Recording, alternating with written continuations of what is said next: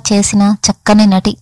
తొలి రోజులలో ఆడపడుచు వంటి చిత్రాలలో చెల్లెలు పాత్రలో ఆమె చూపిన నటన వలన ఆమె చెల్లెలు పాత్రకే బాగా నప్పుతుందనే ఇమేజ్ పొంది నాయిక పాత్రల కన్నా నాయకుడి చెల్లెలు పాత్రలే ఎక్కువగా అభినయించవలసి వచ్చింది. చంద్రకళ విశాఖపట్నంలోని వాల్తేరులో 1951లో జన్మించారు. ఆమె ఆత్మీయులు, దొరబాబు, బంగారుబాబు వంటి చిత్రాలలో నాగేశ్వరరావు గారికి చెల్లెలుగా నటించింది.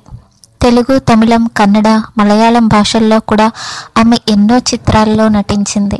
కెమెరా ముందు ముఖానికి రంగేసుకొని అందంగా కనిపించే తారలు ఒక్కసారి ఆ మేకప్ తీసేస్తే ఆ మొహంలో ఎన్నో విషాద ఛాయలు ఉంటాయి.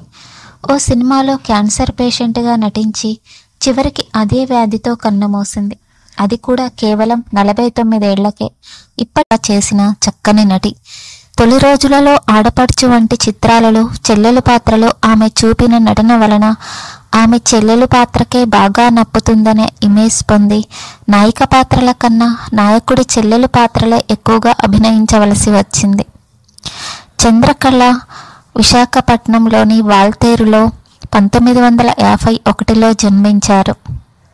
ఆమె ఆత్మీయులు, దొరబాబు, బంగారుబాబు వంటి చిత్రాలలో నాగేశ్వరరావు గారికి చెల్లెలుగా నటించింది.